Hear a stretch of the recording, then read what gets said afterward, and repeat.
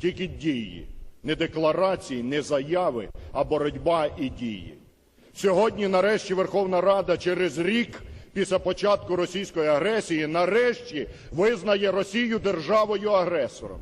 Що заважало нам зробити це упродовж року? Скільки ще треба було захопити українських міст, скільки треба було вбити українських людей, щоб визнати очевидну річ, що Росія – це держава-агресор.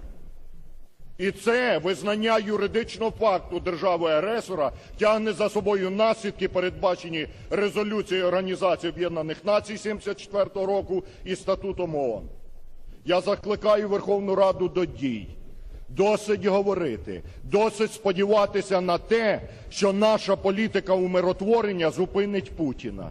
Путіна зупинить тільки сила. Путіна зупинить український солдат, український доброволець, українські танки, українська зброя і українська пуля. От хто зупинить Путіна. Слава Україні!